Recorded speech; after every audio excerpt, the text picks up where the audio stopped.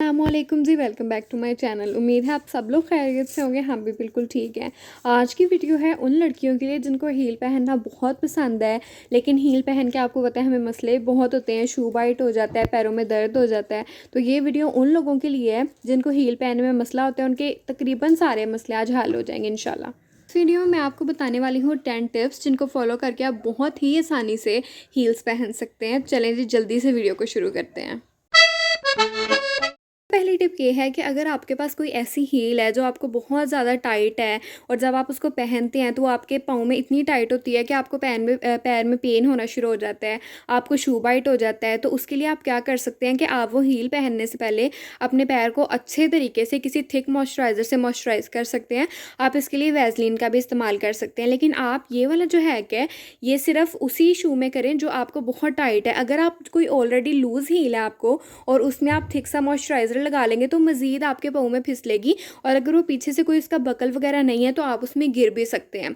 और एक और बात ये भी कि जो आपने मॉइस्चराइज़र अप्लाई करना है वो आपने किसी ऐसे जूते को पहनने से पहले इस्तेमाल नहीं करना जिसका मटीरियल स्वेड मटीरियल हो। ठीक है, कई हील्स होती हैं, यहाँ पे मैं आपको दिखा रही हूँ जो स्वेड मटीरियल की होती हैं। जो स्वेड मटीरियल होता है वो एक पोरस मटीरियल होता है जो कि हर जो मॉइस्चर है उसको अब्जॉर्ब कर लेते हैं और ख़राब होना शुरू हो जाता है, उस पर दाग पड़ना शुरू हो जाते हैं। सिर्फ ऐसे जूते में आपने इस्तेमाल नहीं करना मॉइस्चराइज़र। बाकी अगर कोई हील आपको टाइट है, उसका रेक्सिन मटीरियल है या जूतों का जो आम मटीरियल होता है लेदर वगैरह, तो उसमें आप मॉइस्चराइज़र वाला हैक को इस्तेमाल कर सकते हैं। हमारा दूसरा है कि वो भी इसी किस्म का है। वो ये है कि अगर आपके पास कोई ऐसा बंद जूता है, कोई बंद बूट्स हैं जिनके नीचे हील है, हील वाले बूट्स हैं, तो आप क्या कर सकते हैं कि आप उसके अंदर पॉलिएस्टर वाली सॉक्स भी पहन सकते हैं अगर वो जूता आपको टाइट है ना तब। तो क्या होता है कि जो पॉलिएस्टर सॉक्स होती है ना उसकी वजह से आपको जो पाँव है वो आसानी से ग्लाइड हो जाता है और आपको जो जूता है बंद जूता वो तंग फील नहीं होता। ये आप उन जूतों के लिए कर सकते हैं जिनके नीचे हील और सॉक्स नज़र नहीं आती और जूता आपको टाइट है।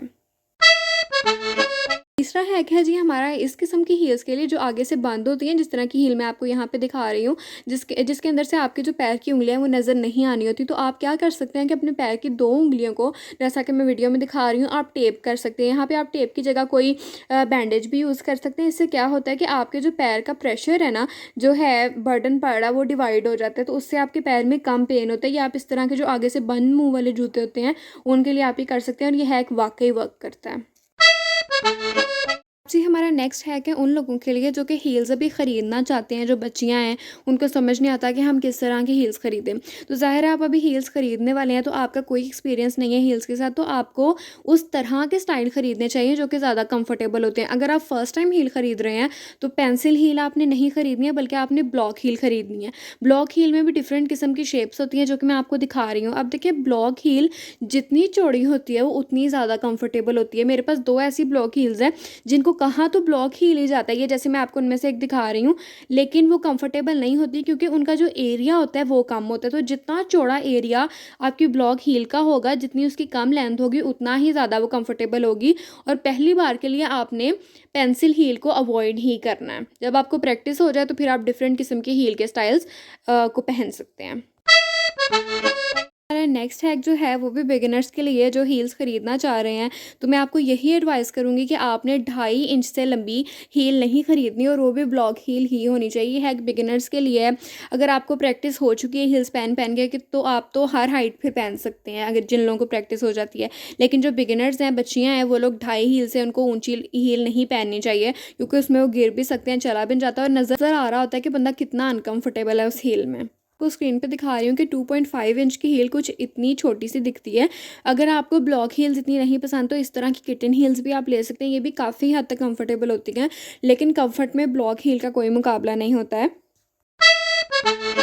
ये नेक्स्ट हैक उन लड़कियों के लिए जिनको समझ नहीं आता कि हम हील पहन के चलें कैसे। ठीक है, तो जब आपने कोई हील पहनी हो, तो किसी भी तरह की आपने हील पहनी हो, पेंसिल हील, ब्लॉक हील या किटन हील, किसी भी तरह की आपने पहनी हो, तो आपने हमेशा हील टू टो चलना होता है। ठीक है, आपने टो टू हील नहीं चलना होता, यानी पहले ज़मीन पे आपने अपनी हील रखनी होती है और उसके बाद आपने अपनी पैरों की उंगलियां ज़मीन पे रखनी होती हैं। अगर आप पैरों की उंगलियां पहले ज़मीन पे रखेंगे और फिर अपना जो है वो हील रखेंगे तो उससे बहुत ही एक अजीब लुक आती है और आप ना गिर भी सकते हैं। तो आपने किस तरह चलना है कि पहले आपने ज़मीन के ऊपर अपना रखना है, हील रखनी है और उसके बाद आपने फिंगर्स रखनी है, ठीक है। ये इतना ऑब्वियस नहीं होना चाहिए। जब मैं आपको यहाँ पे सिखा रही हूँ तो मैं स्लो स्लो कर रही हूँ तो बहुत ऑब्वियस लग रहा है, लेकिन आपने इतनी ऊंचा ना अपनी उंगलियां नहीं उठानी है, बल्कि हल्की सी आपने हील रखनी है, आपकी उंगलियां ऊपर होंगी और फिर आपने उंगलियों को नीचे रख लेना। इतना ऑब्वियस नहीं करना कि हम इस तरह चल रहे हैं, ठीक है। और दूसरी बात ये भी कि आपने हील और उंगलियों को एक साथ उठा उठा के इस तरह स्टेप नहीं लेने, ये बहुत ही बुरा लगता है, ठीक है। तो आपने पहले आराम से अपनी हील रखनी है ज़मीन के ऊपर और फिर आपने अपनी उंगलियां रखनी है और इस तरह आपने चलना है। आप घर पे प्रैक्टिस कर सकते हैं और फिर आप किसी फंक्शन में आसानी से चल सकते हैं कंफर्टेबल होके।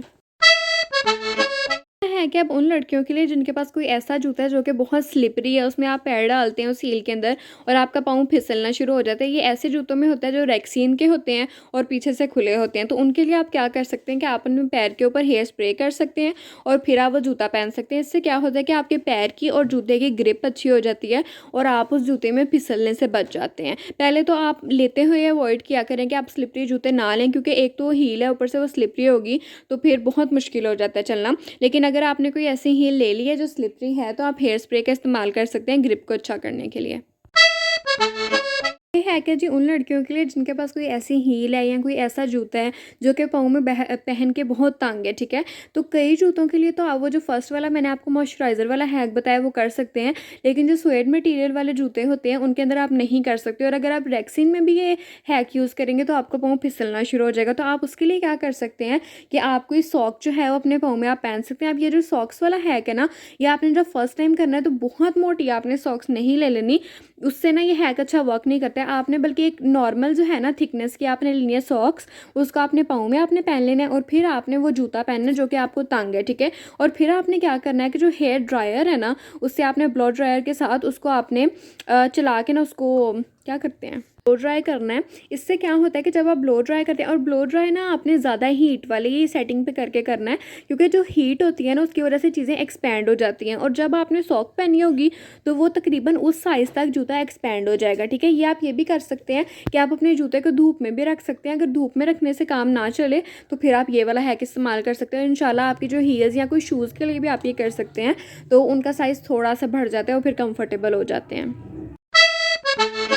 नेक्स्ट है कि उन जूतों के लिए जिनका सोल बहुत ही अनकंफर्टेबल होता है और बहुत थिन सा होता है। जितना पतला सोल होता है वो उतना ही अनकंफर्टेबल होता है। तो उसके लिए आप क्या कर सकते हैं, एक सैनिटरी पैड आप उसको अपने जूते की शेप के अकॉर्डिंग कट करके अपने जूते के सोल पे लगा सकते हैं। उससे क्या होता है कि आपका जूता जो है वो बहुत सॉफ्ट हो जाएगा, उसका सोल, और वो काफ़ी हद तक कंफर्टेबल हो जाएगा।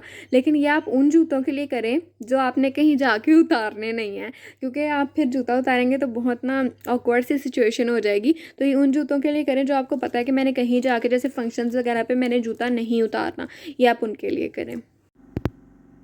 लेकिन अगर ये है कि आप इस्तेमाल नहीं करना चाहते और आपने कहीं जाके शूज़ अपने उतारने हैं तो इस तरह के जेल पैड्स जूतों के लिए मिलते हैं, आप इनको भी ख़रीद सकते हैं और इनको भी आप इस्तेमाल कर सकते हैं अपने जूतों में।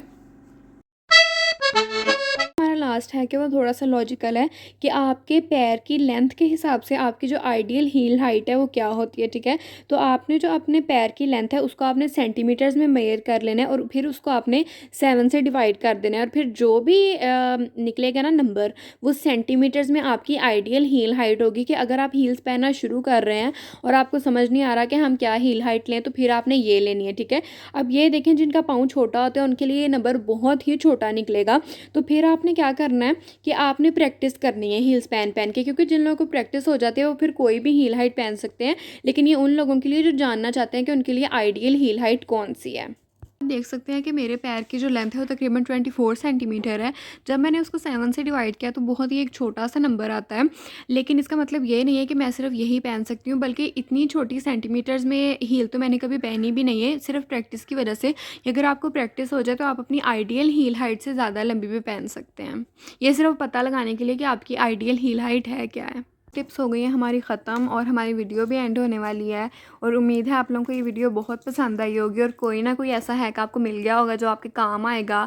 और अगर आप लोगों को ये वीडियो पसंद आई है तो वीडियो को लाइक करना नहीं आपने भूलना और मेरे चैनल को सब्सक्राइब भी ज़रूर कर लीजिएगा। और मैं मिलूँगी अब आपसे अपनी अगली वीडियो में, तब तक के लिए अल्लाह हाफिज़।